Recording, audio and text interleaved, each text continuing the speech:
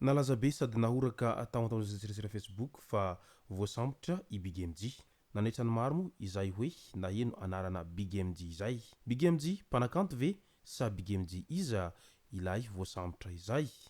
Tsara ho marina fa Big MG tsy ilay mpanakanto ilay izy fa Big MG izay isan'ny jiolahy mitondra ny solon'ny anarana hoe Big MG no voasambotra tamin'ity herinandro ity. Ka ny pitsopitsony mahakasika an'izay ny fakafakena amintsika ato anatin'ity vidéo ity ka manasa antsika rehetra anaraka an'ity vidéo ity hatramin'ny farany. Aza dino ny milaiky ny vidéo antsika ary tsarovy hatrany ny miabone amin'ny chaîne antsika mba ahafahanareo manaraka tsy tahapaka ny vidéo izay lefa nahito isan'andro. Tsy ampendrela moa isika fa avy hatrany tonga de vavany ndao ary.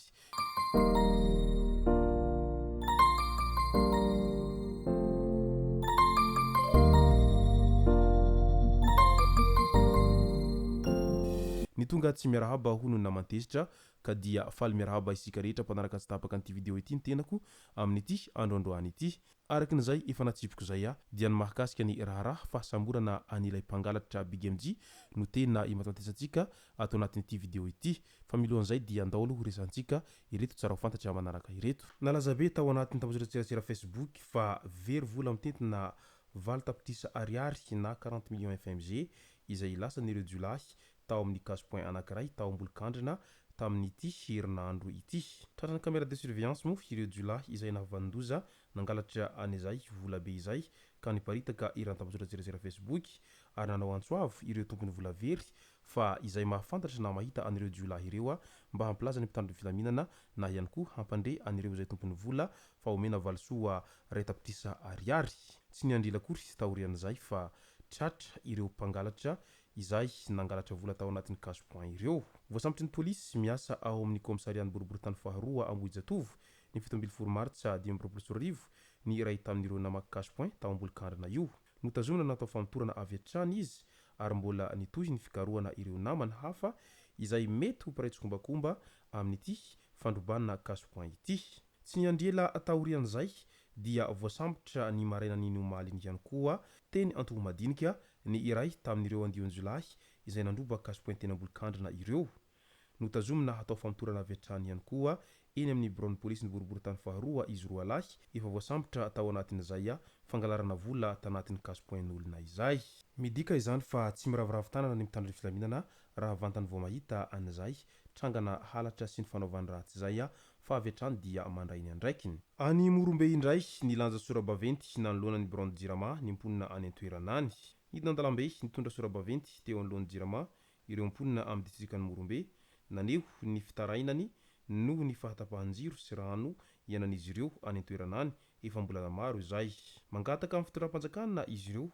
mba hamaha io olana io haingana satria araky ny fanazavana nataon'ny Jirama any an-toerana sy mba ny milina mamokatra herinaratra. Toy izany koa ny rano fisotro madio efa amambolana ihany koa no tsy nisitraka an'izany ny mponina any an-toerana any. Lasibatry ny rivodoza ny fanesy ity distrika ity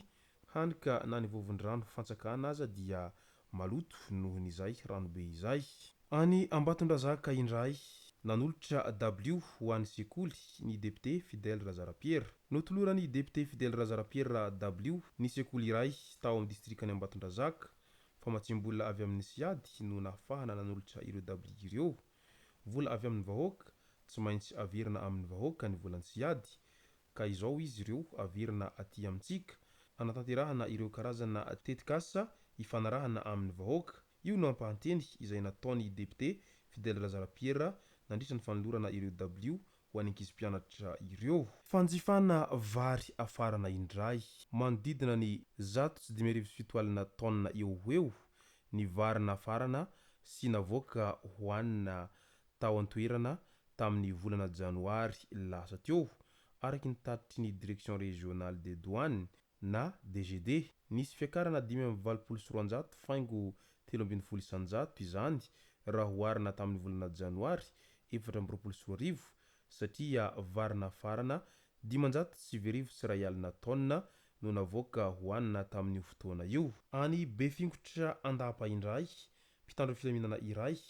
maratra voatetikantsy sady lasan'olona ny basy teny aminy nafampana ny raharaha niseho tao be fingotra tamin'iny andro ny afako omaly tolakandro iny mpitandro filaminana iray izay ao amin'ny fipy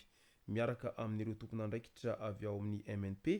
no tonga isambotra ireo olona mihady vato ao amin'ny alanjavaboary any an-toerana taorian'ny fisamborana ireo olona tratra tezitra ny andian'olona sasany satria misy voasambotra ireo mpiady vato tsy ao anatin'ny faritra arovana ka naharomotra ny fokon'olona raha ny fanazavana mpitandro ny filaminana fipy iray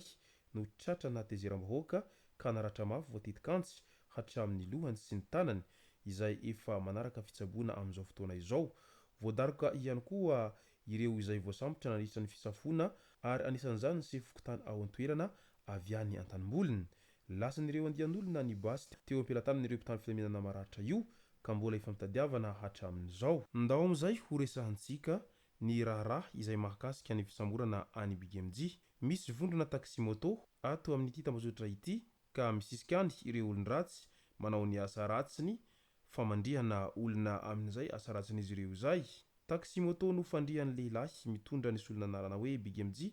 ny 9 martsa lasa teo tsy ilay mpira malaza akory fa mbola nangalatra solona anarana ihany koa ity farany nasain'ireo olon-dratsy nakany talata maty ilay taxi moto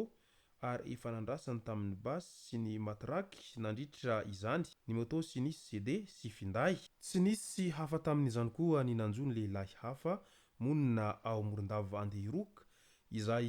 mody nafarany mpanjifa sandoka tao talata maty ny aliny 12 martsa teo rehefa nogadina tany amin'ny toerana voatondro izy dia nambalan'ireo jolahy tamin'ny basy ka lasa mora ny moto fiasany izay sinisy C1 nametraka fitoriana moa ireo voarobo nanokatra fanadihadiana ny zandary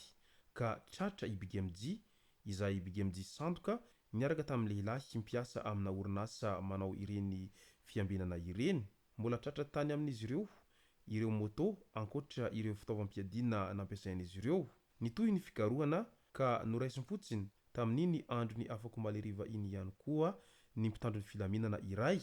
izay voatondro ho mpanafina ireo moto halatra niaraka tamin'izany ihany koa ny mpividy ireo moto halatra ireo midika izany fa tena miroborobo ireo tambazotra ny mpanao ratsy amin'izao ankehitriny izao satria profiny izao fa misy ny mpitandro ny filaminana miara-miasa amin'izy ireo ary misy ihany koa ireo mpanao famotsiana an'izay zavatra halatra izay mba hafahana mivarotra izy ireo amin'ny vidiny mirary eny amin'ny resaka serasera sy ny maro hafa ireny ka raha izany foana ny mitohy dia sarotra ny hamoana an'ireo asa ratsy sy ny asanjolahy ireo raha toa ka misy mpiahy tahaka an'izany foana ireo olona mpanao ratsy ireo izay moa no masaka azonarosy tao anatin'ity video ity tompoko lasy tompoko vavy misaotratsika rehetra nanaraka an'ity video ity hatramin'ny farany azadino ny milaiky ny video antsika ary tsarovatrany ny miabone amin'ny chaîne antsika mba ahafahanareo manaraka tsy tahapaka ny video zay lefa nahito isan'andro tompoko lasy tompoko vavy mankasitraka dia mirary soa